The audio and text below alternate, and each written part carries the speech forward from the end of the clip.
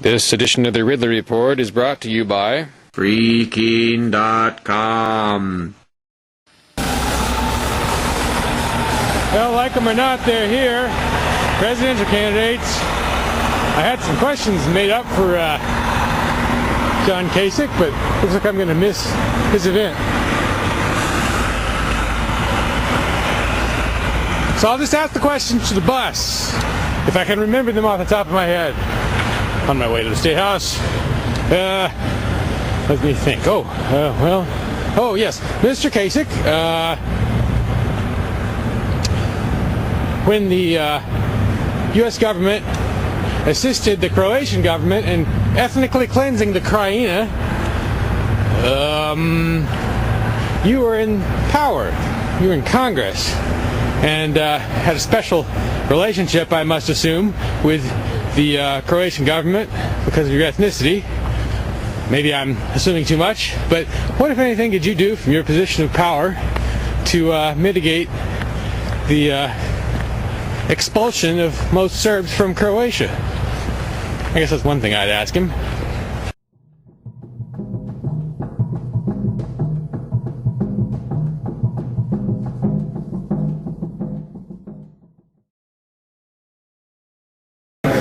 So, Carl Cameron from Fox News. The first really interesting face I've seen here at this John Kasich event in Hooksett, New Hampshire, at the VFW, or maybe I should say the American Legion. I've actually heard very little about the Kasich campaign, but you'd never guess that from all the major mainstream press here 30 minutes before the event.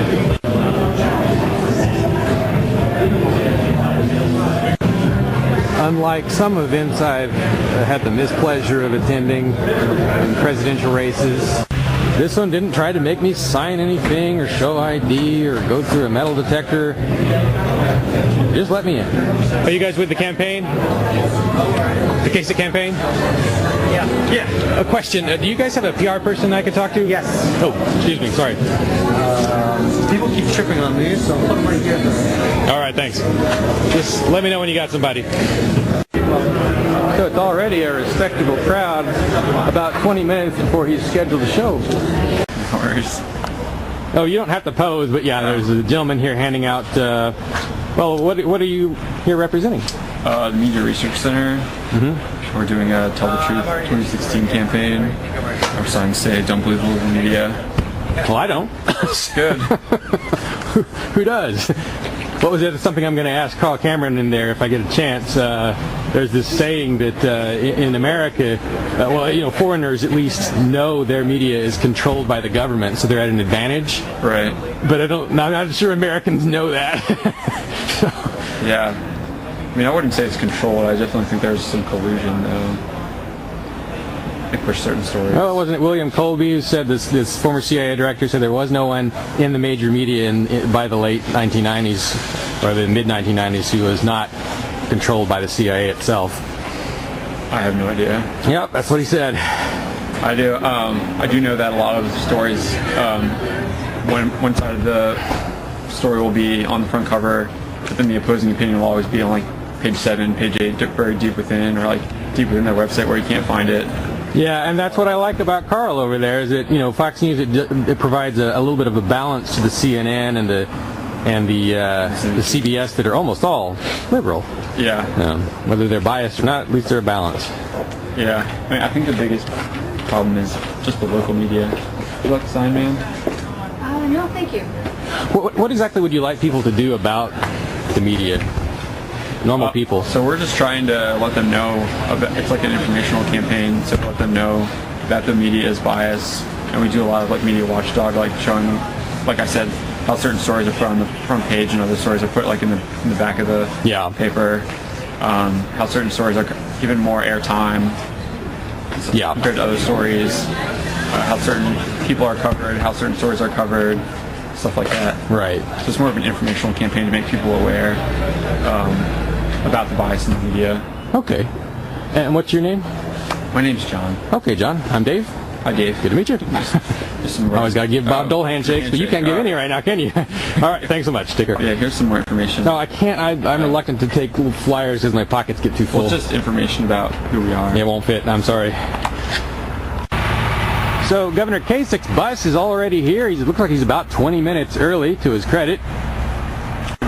Well, ultimately the bus went around back, so I don't know if he's getting out of the bus back there or if there's a vehicle coming to this location. And to the empire for which it stands, one torture state, under fraud, completely visible, with lying and spying on all.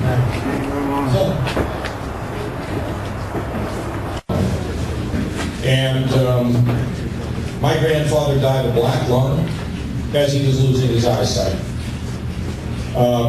My uncles, they were all basically blue-collar, hard-working, most of them Democrats.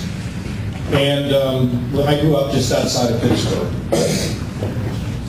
We never got tickets to go to the Steelers. All right, so you went in the back way. It happens. The other question I was going to ask him was, Governor, if we're to trust you against Obamacare, I mean, you've been helping the Obamacare get implemented in Oregon, in Ohio. You've been blocking attempts to stop Obamacare. So why should we trust you to stop Obamacare at the national level? All right, that is all.